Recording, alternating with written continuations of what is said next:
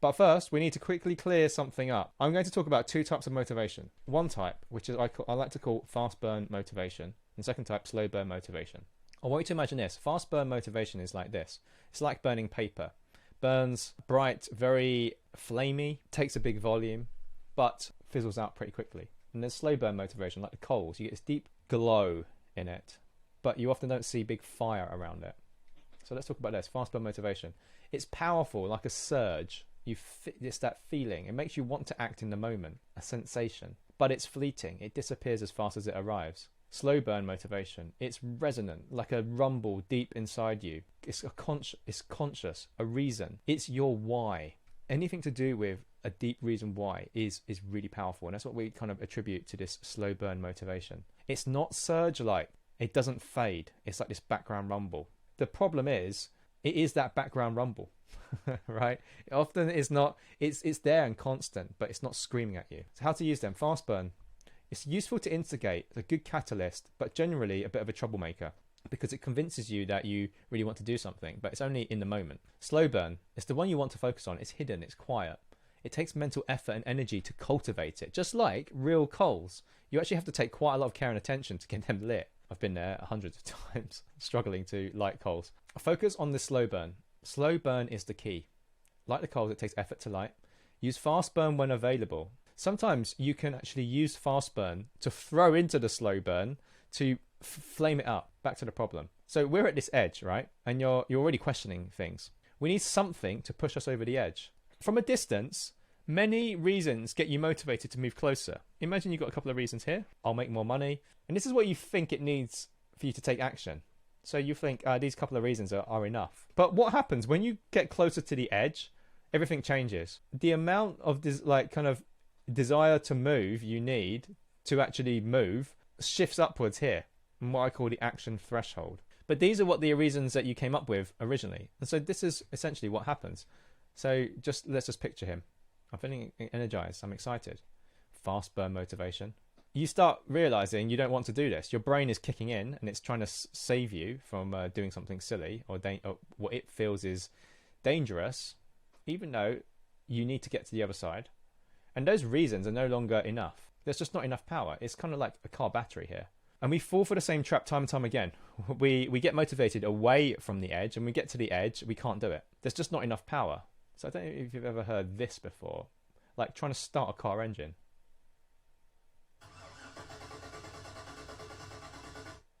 Yeah. It's not starting. It's just not quite enough. That's what I want you to imagine. So what can we do? It needs a boost, right? Just like you would give a car engine a car battery a boost. Generic reasons often don't resonate deeply with most of us.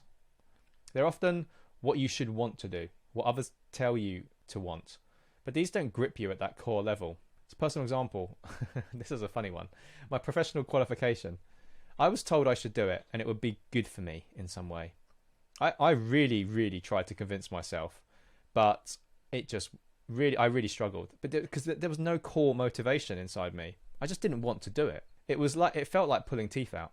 Whatever it is, you need to have core motivation somewhere in there. Otherwise, you will really struggle. So we need to find a way to get to this point, your jump point, what's actually needed. You need a motivation stack sufficient to move you at the jump point. It's no good thinking away from the edge. We need to think about that pain that we get at the jump point, and we need to stack the motivation factors to match that. They have to be personally meaningful reasons, because those are the things that increase your motivation. So let's look at your slow burn motivation drivers. They're usually kind of internal drivers, deep, meaningful, and painful often. They resonate to your core. Frustrations, irritations, they have to be deep here. They're often around something only you can feel. Others don't. It matters to you and you alone. You might be wondering, why is there so much effort? Why are we doing so much work here when you can always seem to hit work deadlines that you don't even care about? It's actually different because there are external forces. You've got this deadline behind you and your boss screaming at you. And this is what gets you across the other side, and then you fall. Deep emotional and powerful motivators are usually present here. You might not realize it, but I'll just go through them. This is what you just have usually one big reason. If you let things go, you'll get fired, you lose your job. What does that mean? Lost reputation, no future work because it's going to affect your references. Therefore, you've got no financial security. Therefore, you have an inability to survive, letting people down. So your brain has clocked all of this.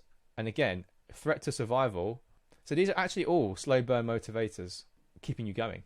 Many of them are kind of external. So it's much easier to move. Your boss, your client, stakeholders, business partners, friends, acquaintances, colleagues. But we're talking about our own projects. So it's different. For our own lives, we have to create the force somehow. Why? A lot of the reasons that drive you are gone. Getting fired. Well, if you're working on your own project or your own side hustle or your own idea, you haven't even started yet. Lost reputation. Well, you don't have a reputation yet because you haven't started. No future work. Again, you haven't started. No financial security. Well, you don't rely on this. Inability to survive. You don't need to do this thing to survive. Letting people down. You've probably not told many people about it. So the reason suddenly dropped down here. So you can see we're again below this threshold. Okay, so next we'll go on to the carrot and the stick. It's about push and pull factors. Pleasure versus pain.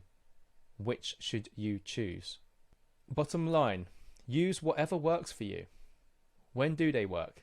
So let's look at the positive, the pleasure, the pull side of things. Examples of motivation driving your actions. So sometimes if you're looking to go on holiday, I've just used a couple of examples here, just the kind of stereotypical ones. Looking to go on holiday, this is where you're motivated to do something fun and exciting. And so you'll spend your evenings and your weekends doing your itinerary for your holiday. Your work gets done early so that you can go home and sort out all of your plans. You sort out your travel insurance, all in your own time. Admin and project management. There's lots of work to go in there, often, especially if you're going for a big traveling trip. Your total motivation is quite high, so you'll go and do it. It's personal. Only you feel it. So if you tell some friends who are not interested in going on that type of holiday, they won't feel it, right? And they'll be like, I can't believe you're doing all of that work. It matters to you, right?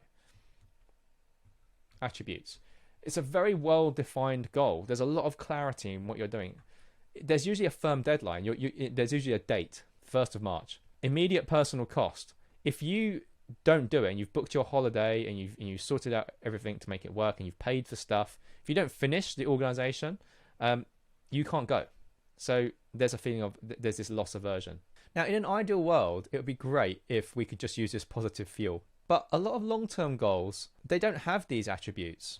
There's often no firm deadline because these are long-term goals. There's no immediate personal cost because if you don't do it, nothing happens immediately. So going back to positive motivation, here are some of the typical drivers that a lot of people would talk about. So live the life you want, having an aspirational life, a mission you really want to achieve, the freedom it will give you, the reward you will get, the people you will help. Some personal examples. Do what I want when I want. So build a life around what I care about most, take control of my time, build something of my own and make money from it, create my own environment, a safe haven, be able to directly help people and see the results. So yeah, this is a really personal thing and very, very positive. Sometimes it's not enough. You have to use whatever fuels you.